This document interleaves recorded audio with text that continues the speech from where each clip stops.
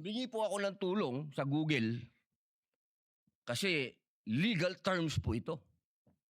Hindi naman po ako nagtapos sa UP, hindi rin po ako nagtapos sa Ateneo, nagtapos po ako ng Criminology at UP rin sa University of Prison. Ang hindi ko maintindihan, bakit ngayon pinipilit natin na ang ating presiding officer si Chis Escudero. It's the pleasure of Senator Judge Soto. I'd like to explain my vote also, Mr. The President. gentleman may proceed and he has 2 minutes. I have Kindly one be line. mindful of the timer. I have one line to say. That's the reason I voted in favor. Because the minutes of the Constitutional Commission are merely research source. What is the pleasure of the Honorable Padilla?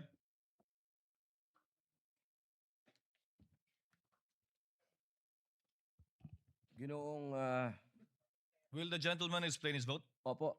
The gentleman may proceed. You have 2 minutes, sir. Maraming salamat po, Ginoong Punong Tagapamahala. Mga mahal kong kasama, sa loob po ng 4 na taon na ako po ay ibinoto ng ating mga kababayan at nagsilbing senador, ako po ay naging tagapangulo ng komite ng Constitutional Amendments. At tuwing meron pong pagdinig, ang lagi po naming pinapatawag ay yung mga sumulat ng konstitusyon. Bilang sila po ang nakakaalam kung ano ang puso, ang diwa ng konstitusyon. Malinaw po na kung meron tayong pakikinggan, yung creator. Hindi po ba? Tayo naman po lahat ay naniniwala sa Panginoong Diyos, kaya tayo po ay naniniwala sa salitang creator, tagapaglikha.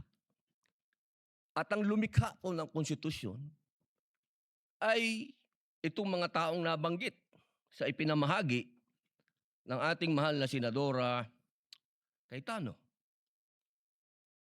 Malinaw po dito. Nasabi na po sa English ito.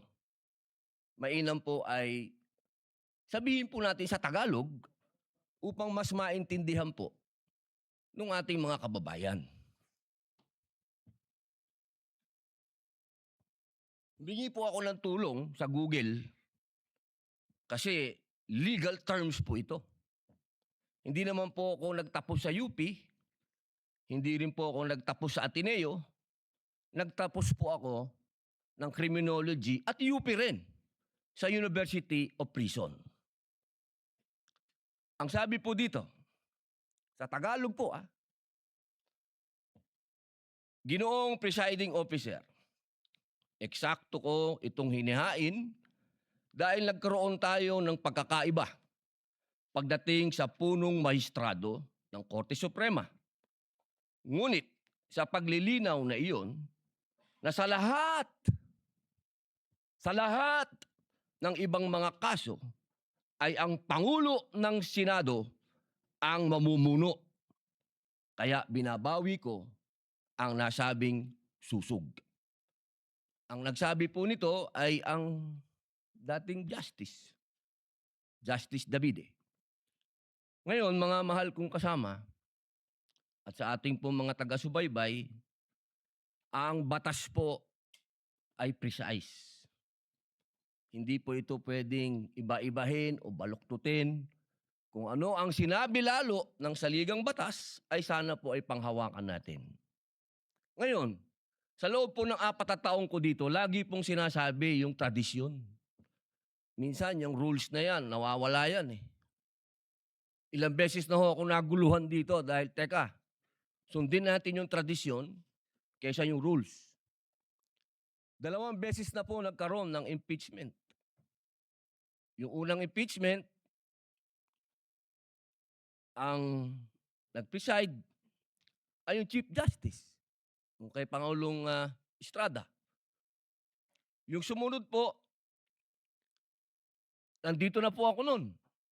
Ang nag-preside ay ang mahal na Bicolanong kaibigan ko, Senador Chis Escudero. Yun po kasi yung nasasabi sa saligang batas at tradisyon. Yun na po yung nangyari. Ngayon, gusto ko pong tanungin yung mga kasama ko sa majority. Personal na tanong po ito.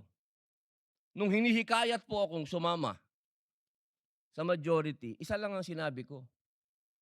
Kung si Senator Chis Escudero, ang kababayan kong Bicolano, ang gagawin yung Senate President, lilipat ako sa inyo. Ang hindi ko maintindihan, bakit ngayon pinipilit natin ng ating presiding officer, si Chis Escudero. Ba't hindi natin siya ginawang Senate President nun? Yun lang po ang tanong ko. Maraming salamat. The remarks of the gentleman is noted.